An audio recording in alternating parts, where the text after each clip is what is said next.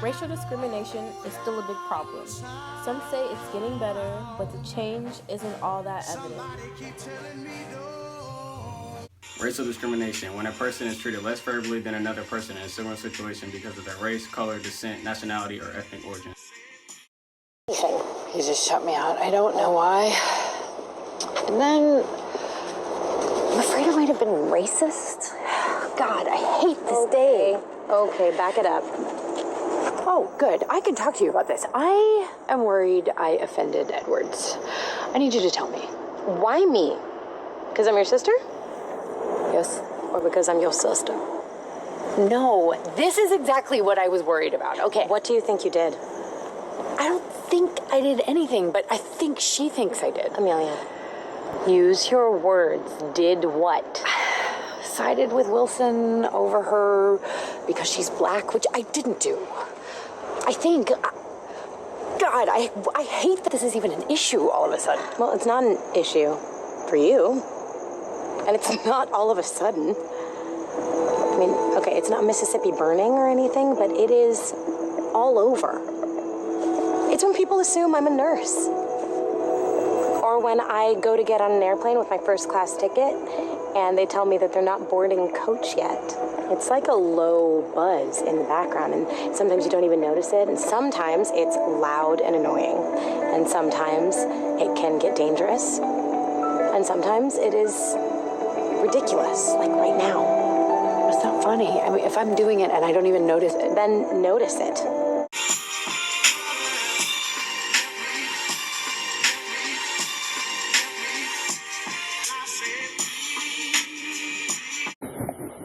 And why is she the smart out? Because she is white. Okay, show me the dumb child. And why is she the dumb child? Because she pays. Police brutality, the use of excessive or unnecessary force by police when dealing with civilians.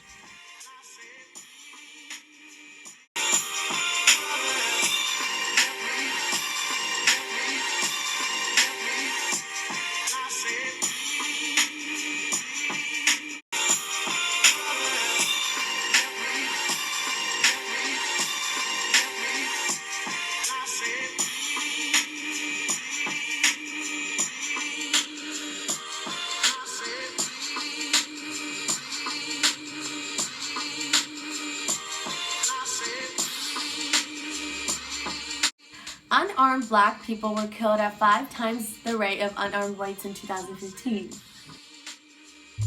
African Americans are 21 times more likely to be shot by police.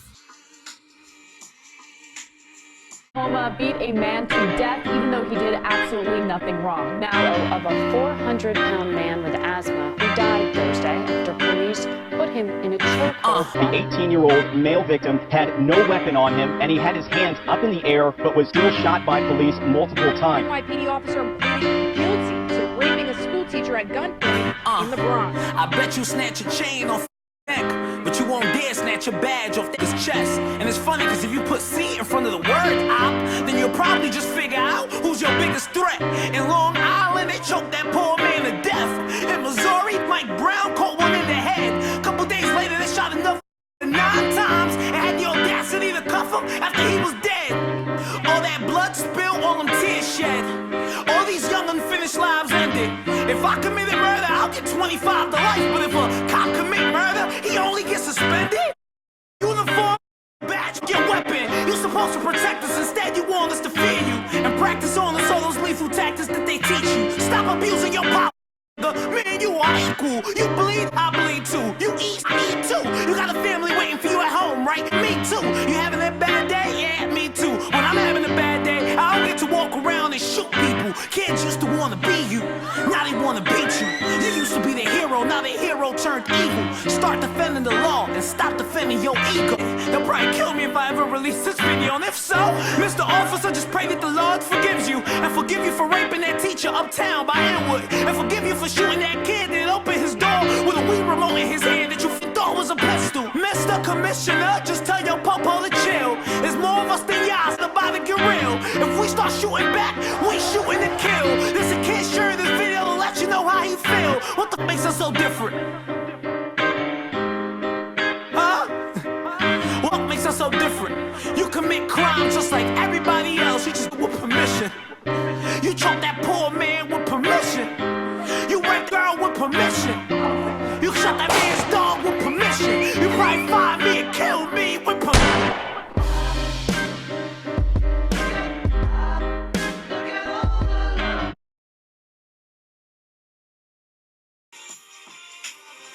For example, in Cincinnati, John Crawford picked up an unloaded air rifle in Walmart.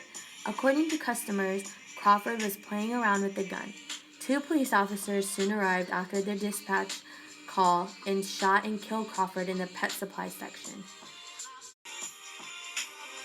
2 officers in Cleveland, Ohio responded to a dispatch call of a black male sitting on a swing, pointing a gun at people in a city park. A caller reported that the gun was probably fake and that he was probably a juvenile. However, this information was not relayed to the officers. The officers reported that upon their arrival, the black male reached for the gun, and within 2 seconds of arriving on scene, the officer fired 2 shots, killing the 12-year-old boy Tamir Rice. A stereotype is a widely held but fixed and oversimplified image.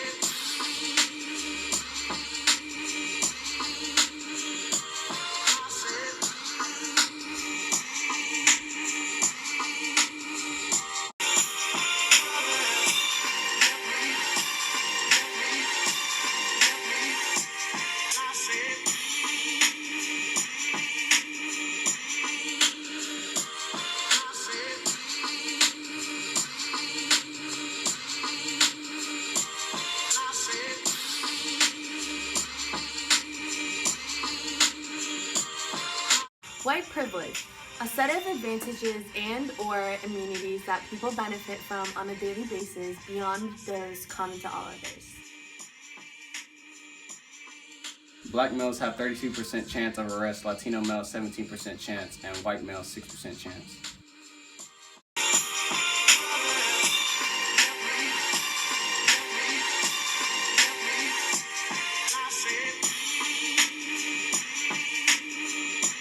White people are 78% more likely to be accepted to the same university as equally qualified people of color.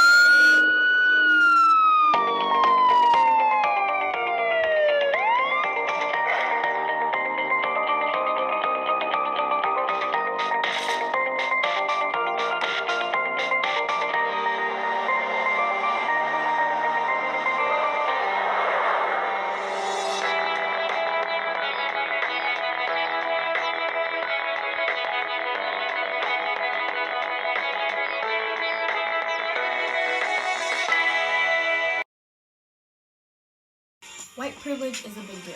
People may think that they don't have privileges, but they do. They just don't notice. Police brutality isn't a big deal? It is. Over 1,200 people have died in 2015 alone from police brutality. There were only 6 deaths due to sharks. So you're 200 times more likely to be killed by a human than a wild animal. Some say that racism can't be taught. It can. People aren't born thinking they're worth less than someone else. I think a solution to police brutality would be special training for the police on the case. What we as citizens can do is protest peacefully, record the police, vote out politicians who condone police brutality, engage in dialogue with the cops, take legal action against the police. Protests against police brutality will let us as citizens have a bigger and stronger voice. Showing the statistics of black and minority death and arrest by police will let it be shown how it is not fair or equal. Better training against it will make police better at decision making, whether when to shoot, who to shoot, and not to base it off skin color. Voting out politicians who condone police brutality will help stop the support and advancement of it. Police brutality is not a problem everywhere, and in cases, it is just a cop doing his or her job. There are times when whites, blacks, and other minorities are disobeying the law, so the police take physical or lethal action. If the solution for racism does carry out, people of color will matter. They won't be discriminated against and won't be treated differently. They won't have to worry about their lives and won't have to be scared for what comes tomorrow. If the solution for racism doesn't carry out, there will be no peace. People of color will still be in danger no matter what they do. More lives will be taken away, people of color will still be discriminated against, and they will be treated differently than the white people.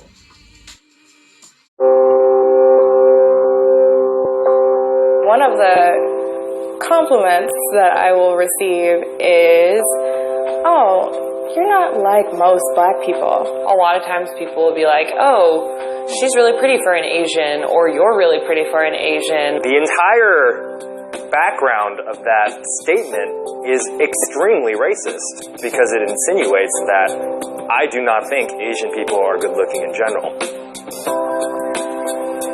People tend to want to shy away from talking about race, but it's actually healthy if we do, even if we disagree. I feel like so much about race is just the perspective of putting yourself in the other person's shoes.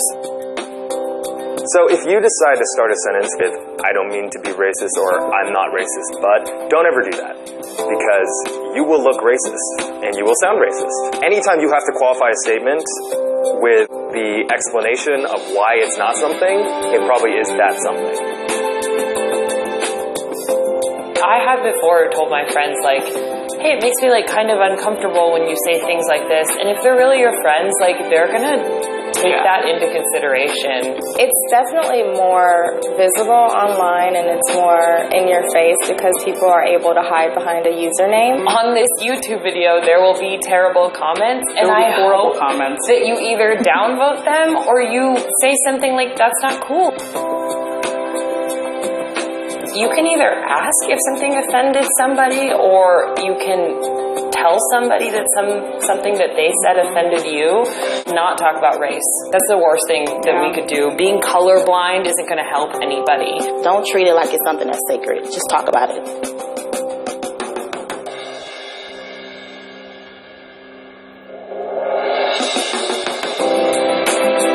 We must take action on racism. Racism must end.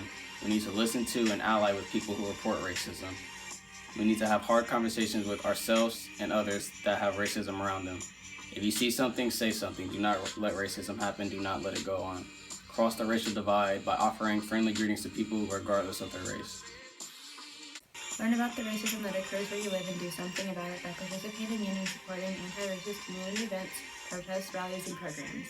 Fight for affirmative action practices in education and employment. Vote for candidates who make ending racism a priority.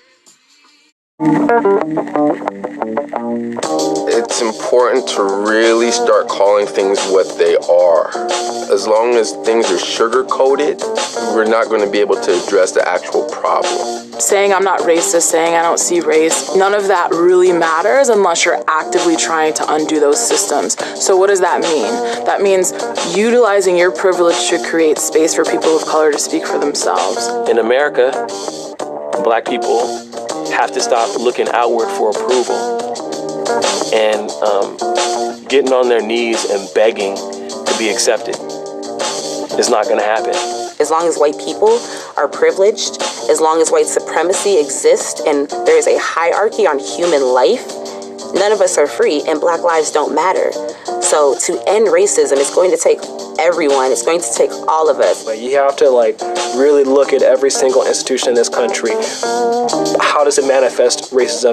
And you got to chip away at it. And we could start from that place of recognizing my humanity, our humanity, the beauty of blackness, the embracing of blackness. That might be some radical change, because it will require a radical love. And once we're in that conversation, instead of the one that ignores it, might be able to move forward.